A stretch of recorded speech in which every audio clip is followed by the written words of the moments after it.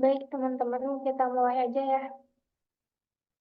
Assalamualaikum warahmatullahi wabarakatuh. Waalaikumsalam. Waalaikumsalam warahmatullahi wabarakatuh. Waalaikumsalam warahmatullahi Waalaikumsalam wabarakatuh. warahmatullahi wabarakatuh. Waalaikumsalam warahmatullahi wabarakatuh. Baik, sebelumnya kami ucapkan terima kasih ya kepada dosen pengampu mata kuliah SDM 1, kepada Bu Eva Novita Pratiwi, SMMM, yang mungkin sekarang tidak bisa hadir dalam kesempatan kali ini, dan tak lupa kami ucapkan juga terima kasih kepada teman-teman semua yang telah berkenan hadir meskipun lewat Zoom ini ya. Semoga pertemuan kali ini tuh tidak menurunkan semangat kita ya untuk menuntut ilmu. Nah, di sini kami dari kelompok 13 akan menjelaskan materi mengenai kepemimpinan dan juga kepercayaan. Sebelumnya, perkenalkan saya Isma selaku moderator. Di sini juga ada rekan saya yaitu Alpani. Boleh di next. Oke, di sini topik pembahasan kali ini yaitu yang pertama ada pengertian kepemimpinan, yang kedua ada fungsi dan peran kepemimpinan, yang ketiga ada teori kepemimpinan, yang keempat kepemimpinan yang melayani, yang kelima ada definisi kepercayaan, yang keenam faktor-faktor yang mempengaruhi kepercayaan, dan juga yang terakhir ada contoh studi kasus. Nah, tanpa berlama-lama, di sini pengertian kepemimpinan menurut Koljes dan Posner, kepemimpinan didefinisikan sebagai hubungan timbal balik antara mereka yang memilih untuk memimpin dan mereka yang memilih untuk mengikuti. Jadi, kepemimpinan menyangkut dinamika hubungan yang timbul karena adanya kebutuhan di antara pemimpin dan yang dipimpin. Kemudian ada menurut Weyrich dan Conch, mendefinisikan kepemimpinan sebagai pengaruh, yakni seni atau proses mempengaruhi orang lain sehingga mereka mau berusaha dengan sukarela dan bersemangat untuk mencapai tujuan-tujuan kelompok. Nah, dari definisi di atas jelas bahwa kepemimpinan yaitu cara untuk mempengaruhi orang lain, tidak dengan cara memaksa, melainkan dengan cara persuasi sehingga jika orang lain mengikuti pemimpinnya, itu semata-mata karena sukarela dan merasa senang. Boleh di next. Oke, mungkin bisa dilihat di PDF ya yang udah kita kirim. Di sini Ngechat juga deui, guys. Kodis dan Posnar mengklasifikasikan nilai-nilai yang harus dimiliki pemimpin ini menjadi dua, yaitu yang pertama ada nilai-nilai kultural perusahaan seperti kepercayaan, solidaritas, pelayanan, dan pelatihan. Kemudian yang kedua ada nilai-nilai pribadi secara individual, termasuk tanggung jawab, ketepatan, kejujuran, rendah hati, kecermatan, kesabaran, dan upaya untuk mencari kualitas pribadi yang menyeluruh. Next lagi. Nah, di sini kemudian ada fungsi dan peran kepemimpinan. Menurut James Toner yang dialihbahasakan oleh Alphonsus Sirait menyatakan bahwa terdapat dua fungsi utama kepemimpinan, yaitu yang pertama ada fungsi pemecahan masalah. Ada fungsi pemecahan masalah-masalah atau fungsi yang bertalian dengan tujuan dapat mencakup fungsi memberi saran, pemecahan, dan memberi informasi dan pendapat. Kemudian ada fungsi pembinaan kelompok atau fungsi sosial. Nah, ini tuh meliputi segala sesuatu yang membantu kelompok beroperasi secara lebih lancar, termasuk mengenai ketidaksepakatan dan memberi pujian pada anggota lain dalam kelompok. Next. Nah, di sini juga ada tiga peran utama yang harus dilaksanakan oleh seorang pemimpin, yaitu yang pertama ada peran interpersonal. Peran yang satu ini berkaitan dengan hubungan antara pemimpin dengan anggota timnya. Artinya, seorang pemimpin harus bisa membangun hubungan yang baik dengan anggota tim. Kemudian yang kedua ada peran informasional. Peran informasional ini yaitu berhubungan dengan proses mengumpulkan, memproses, dan menyebarkan informasi kepada anggota tim. Kemudian yang ketiga ada peran pengambilan keputusan. Nah, pemimpin harus membuat keputusan strategis yang memengaruhi arah tim atau organisasi, termasuk perencanaan, pengorganisasian, dan pengendalian sumber daya untuk mencapai tujuan yang ditetapkan. Next. Nah, kemudian di sini ada teori kepemimpinan. Teori kepemimpinan itu ada 5. Yang pertama ada teori kepemimpinan sifat. Nah, teori ini mencakup kayak kecerdasan, kedewasaan dan keluasan hubungan sosial. Yang ketiga ada motivasi diri dan dorongan berprestasi. Yang keempat ada sikap hubungan kemanusiaan. Kemudian ada yang kedua itu teori kepemimpinan perilaku dan situasi. Nah, perilaku seorang pemimpin yang mendasarkan teori ini memiliki kecenderungan ke arah 2 hal, yaitu yang pertama ada konsiderasi. Konsiderasi yaitu kecenderungan seorang pemimpin yang menggambarkan hubungan akrab dengan bawahan, contohnya memberi masukan kepada bawahan.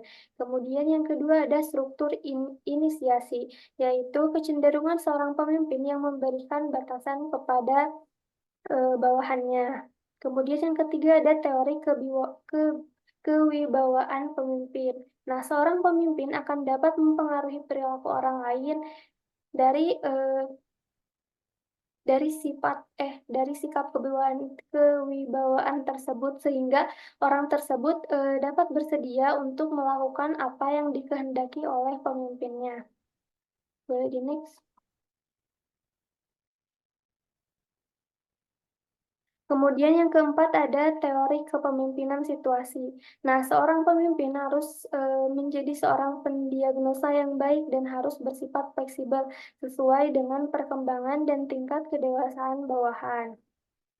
Kemudian yang kelima ada teori kelompok. Nah, teori ini menjelaskan bahwa agar tujuan kelompok itu dapat tercapai harus ada pertukaran yang positif antara pemimpin dan juga pengikutnya. Next.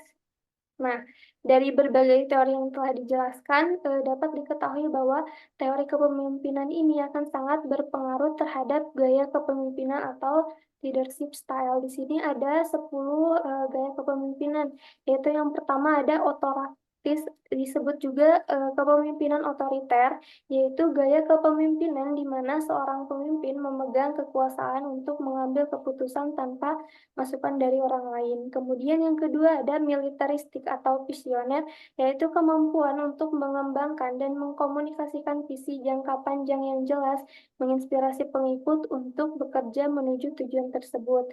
Kemudian yang ketiga ada paternalistik, adalah gaya kepemimpinan yang menggambarkan pemimpin sebagai figur orang tua yang mengambil keputusan demi kesejahteraan bawahannya. Yang keempat, ada karismatik, adalah pendekatan di mana seorang pemimpin menggunakan daya tarik pribadi, pesona, dan kemampuan komunikasi yang kuat untuk mempengaruhi dan menginspirasi orang lain. Kemudian yang kelima ada laissez-faire atau kendali bebas, yaitu gaya kepemimpinan yang memberikan kebebasan penuh kepada anggota tim untuk membuat keputusan dan menyelesaikan tugasnya. Yang keenam ada demokratis, yaitu melibatkan anggota tim dalam proses pengambilan keputusan, mendorong partisipasi dan kolaborasi. Boleh di next. Nah, kemudian yang ketujuh ada delegatif, yaitu gaya kepemimpinan yang memberikan secara luas kepada bawahan untuk membuat keputusan dan menjalankan tugasnya. Yang ke 8 yaitu servant leaders, yaitu kepemimpinan menetapkan kebutuhan anggota tim di atas kepentingan pribadi mereka. Mereka berfokus pada pengembangan dan kesejahteraan pengikutnya. Kemudian yang kesembilan ada situasional, yaitu pemimpin situasional ini menyesuaikan gaya kepemimpinan mereka berdasarkan situasi dan kebutuhan tim. Mereka dapat beralih antara gaya yang berbeda tergantung pada konteksnya. Kemudian yang terakhir ada coaching, yaitu gaya kepemimpinan yang berfokus pada pengembangan individu dan tim melalui bimbingan, dukungan, dan umpan balik yang konstruktif. Next. Nah, mungkin sekian materi yang bisa saya jelaskan. Kemudian untuk materi selanjutnya akan dijelaskan oleh Alpani. Kepada Alpani dipersilahkan. Oke, Saya lanjut kepemimpinan yang melayani. Yang ke satu karakter kepemimpinan. Ciri-ciri pemimpin yang melayani meliputi yang pertama peduli dan berkasih, yang kedua akuntabel, yang ketiga mau mendengar, yang keempat mengendalikan ego. Terus yang kedua metode kepemimpinan. Berikut adalah 3 aspek penting menurut ekonomis.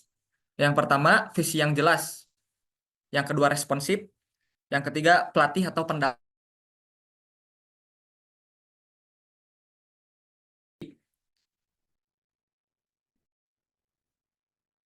Komunikasi yang transparan dan jujur merupakan faktor utama dalam membangun kepercayaan. Yang kedua, kredibilitas kepemimpin. Pemimpin yang dapat diandalkan dalam bertindak sesuai dengan ucapan, mereka akan lebih dipercaya oleh tim. Dengan tidak banyak ngomong, banyak aksi, ya. Pengalaman sebelumnya. Pengalaman positif dengan seseorang atau organisasi meningkatkan kemungkinan terbentuknya kepercayaan yang lebih kuat di masa depan. Jadi dia punya track recordnya sendiri gitu dari masa ke masa. Konteks budaya, nilai-nilai budaya dan norma sosial dalam organisasi juga mempengaruhi bagaimana kepercayaan dibangun. Next, langsung contoh studi kasus. Sini ada CEO Nutrifood, Mardi Wu, beber rahasia kepemimpinan di balik kesuksesan brand-brand raksasa perusahaannya, yaitu Nutrifood. Nutrifood sebagai perusahaan yang membawahi berbagai brand ternama seperti Nutrisari, Hilo, Elemen, Tropicana Slim, dan lain-lain terkenal akan budaya kerja dan gaya kepemimpinannya. CEO Nutrifood mengatakan bahwa dalam kepemimpinannya berusaha mengatur bagaimana para pekerja bisa bekerja dengan sepenuh hati dan juga menekankan pentingnya purpose-based leadership yang menggebrakan orang bisa berpartisipasi dan mengambil keputusan sehingga berfokus pada menciptakan lingkungan kerja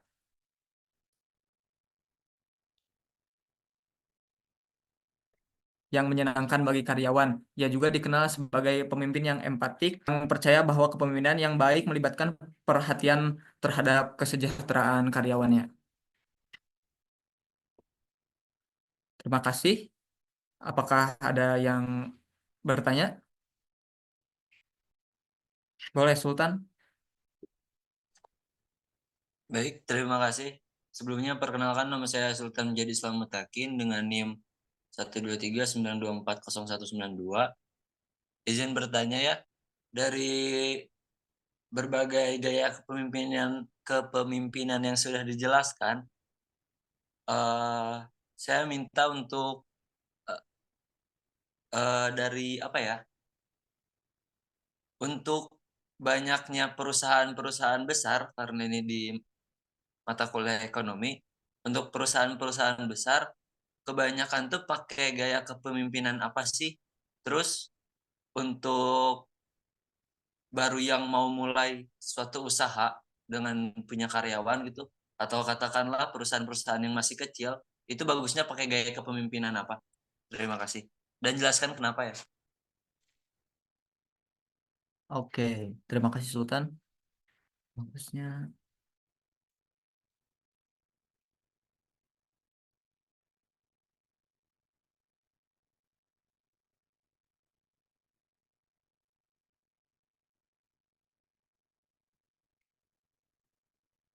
Oke, Azmi.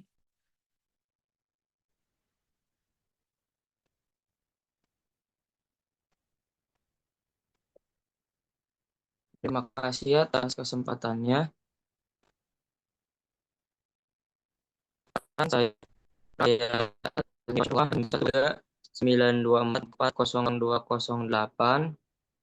Tadi kan udah bahas tentang teori pemimpin gitu ya. Nah, di mana seorang pemimpin dapat menerapkan teori kepemimpinan perilaku dan situasi secara efektif dalam suatu perusahaan. Gimana? Gimana seorang pemimpin dapat menerapkan teori kepemimpinan perilaku dan situasi secara efektif dalam suatu organisasi atau perusahaan. Oke.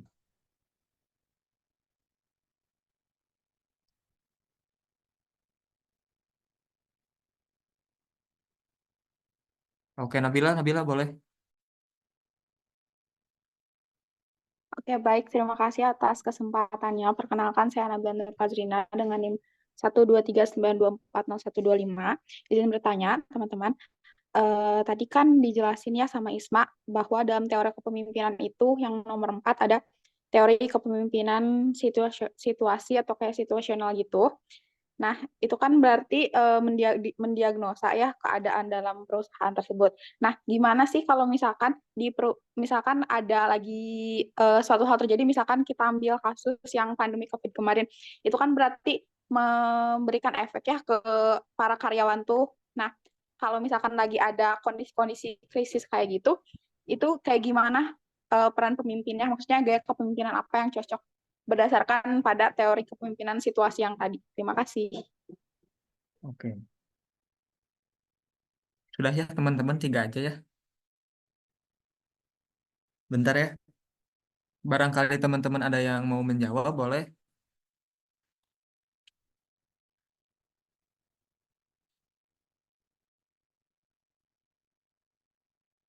Yang mau membantu.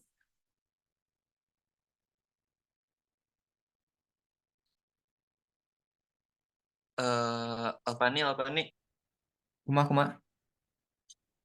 Saran aja sih ya buat pertanyaan-pertanyaannya mending di drop di apa? Di obrolan Zoom-nya. Biar nanti kalau misalkan ada teman-teman yang mau bantu nggak perlu nanya lagi pertanyaannya apa. Oh, oke. Bentar.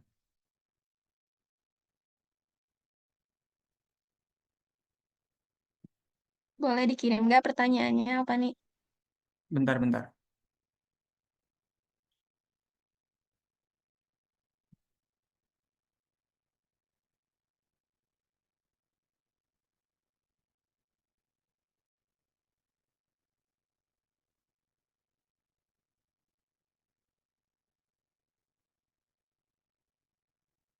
Oke.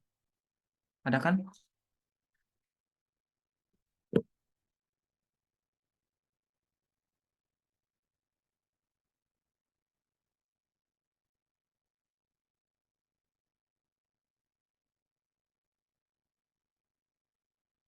Oke, aku boleh bantu jawab. Boleh sok. Ya, aku mau bantu jawab yang Sultan ya. Pertanyaannya, perusahaan besar itu menggunakan apa dan lebih bagus kalau yang kecil itu menggunakan apa? Menurut pendapat saya, kalau sekarang kebanyakan perusahaan besar itu kayaknya menggunakan eh, kepemimpinan yang militeristik atau visioner karena aku rasa kita tuh sekarang banyak banget perusahaan yang lebih visioner gitu, kayak misalnya ke depannya seperti apa, terus jenjangnya jelas, komunikasinya jelas, terus juga menginspirasi sama banyak kan sekarang motivator-motivator dari perusahaan besar gitu. Kalau misalnya perusahaan kecil, bagusnya yang mana? Menurut aku itu eh, situasional gitu karena kan beda-beda ya perusahaan teh yang kata Pak Budi juga itu kan tipe-tipe itu nggak ada yang paling bagus paling itu tuh sesuai kebutuhan aja misalnya kalau dia misalnya bangun sebuah perusahaan terus misalnya si eh, karyawannya itu pendidikannya kecil gitu misalnya cuman ibu-ibu atau bapak-bapak ya pasti dia akan menggunakan yang itu ya yang apa sih Situasional. bukan yang apa sih kalau satu ini teh yang Otoriter. otoratis gini, yang otoriter. Nah, dia pasti akan pakai yang otoriter karena memang mayoritasnya butuh untuk kayak keputusan apa ya dia aja gitu. Tapi kalau misalnya kayak menengah ke atas ataupun ke atas pasti dia akan menggunakan yang visioner atau fungsional gitu. Ya udah membebaskan si karyawannya untuk berinovasi ataupun apapun segala macam gitu. Kalau menurut aku mah gitu. Menurut saya mah seperti itu. Ini dari teman-teman ada tambahan. Atau dari kelompok. Ya, mungkin izin menjawab ya. Mungkin benar yang kata Asti, karena perusahaan besar itu kayak lebih seringnya itu menggunakan gaya kepemimpinan yang visioner atau militeristik. Nah, di mana kayak ini tuh kayak lebih cocok gaya kepemimpinan yang ini tuh lebih cocok karena dapat meningkatkan motivasi, kemudian inovasi, terus keterlibatan karyawan dalam lingkungan yang kompleks. Kan di dalam perusahaan besar itu pasti terdapat banyak departemen-departemen kayak tim-tim yang kayak gitu ya. Terus kalau misalkan yang itu perusahaan kecil, nah perusahaan kecil itu benar juga sama sependapat sama kayak Asti, lebih disarankan menggunakan kayak gaya kepemimpinan yang otoriter atau enggak yang situasional. Nah, kalau kenapa yang otoriter itu karena bentar, dalam perusahaan kecil eh, kan apa, pengambilan keputusannya itu sebentar. Nah, dalam perusahaan kecil kan itu teh sumber daya atau sumber daya manusia atau misalkan si anggota kelompoknya tuh kan sedikit maksudnya teh kecil ya. Terus kayak supaya pengambilan keputusan itu bisa efektif dan cepat. Jadi si pemimpin yang harus kayak menentukannya gitu. Kayak supaya keputusannya juga ya bisa dilakukan secara cepat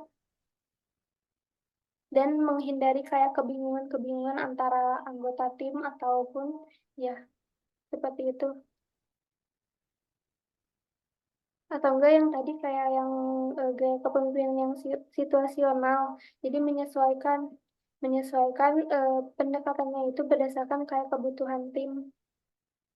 Mungkin segitu apakah sudah terjawab? Baik, terima kasih. Udah ada? Oke. Saya akan menjawab pertanyaan dari Nabila. Gaya apa yang cocok untuk gaya kepemimpinan saat krisis seperti kemarin COVID-19?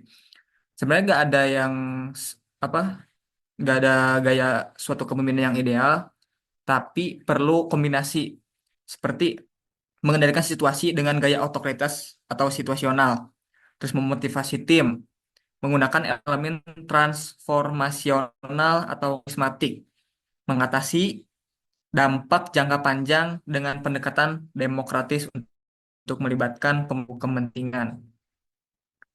Jadi harus di collab-collab gitu ya, si gaya-gaya gaya-gaya tuh jangan terlalu terpaku pada satu gaya kepemimpinan seperti itu.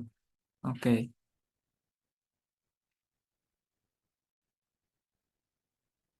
Next Sudah pertanyaan terjawab dari tuh. Asmi, ada yang bisa bantu? Oh,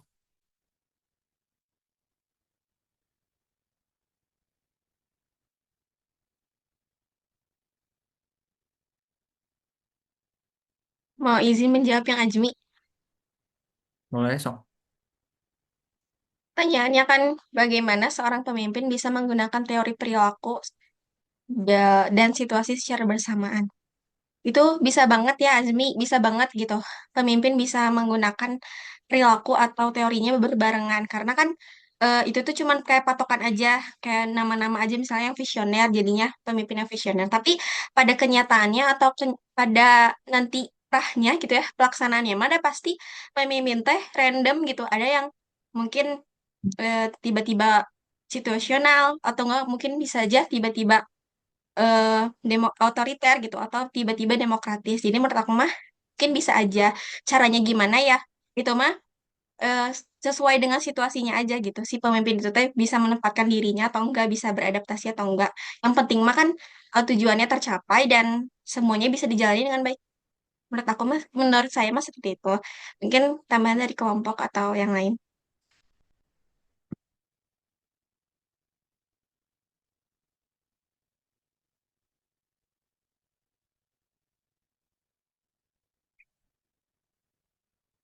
Oke, saya juga menambahkan ya Azmi, karena pemimpin eh, suka selalu situasional ya, gimana tempat dan situasi gitu.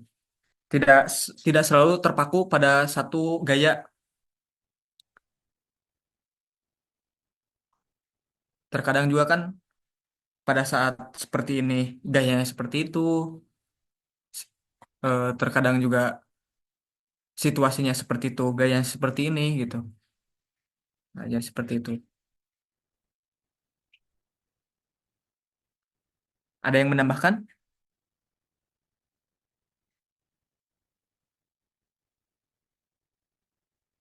Apakah kurang, Asmi? Atau cukup? Cukup terjawab, terima kasih. Cukup. Oke.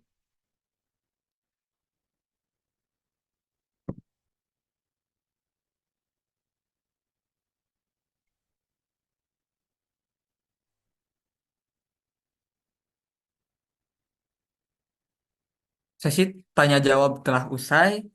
Teman-teman, terima kasih. Kesimpulannya, dalam kepemimpinan dan kepercayaan memiliki keterkaitan dalam suatu organisasi maupun kegiatan yang mana untuk menjadi seorang pemimpin harus memiliki kemampuan-kemampuan dalam mengarahkan atau dalam mempengaruhi anggotanya untuk mencapai tujuan yang diinginkan. Pemimpin juga memiliki 3 peran utama yang harus dilaksanakan, yaitu peran interpersonal, peran pengolah informasi, serta peran pengambilan keputusan. Mungkin itu aja yang bisa kita sampaikan. Mohon maaf jika ada salah kata. Assalamualaikum warahmatullahi wabarakatuh.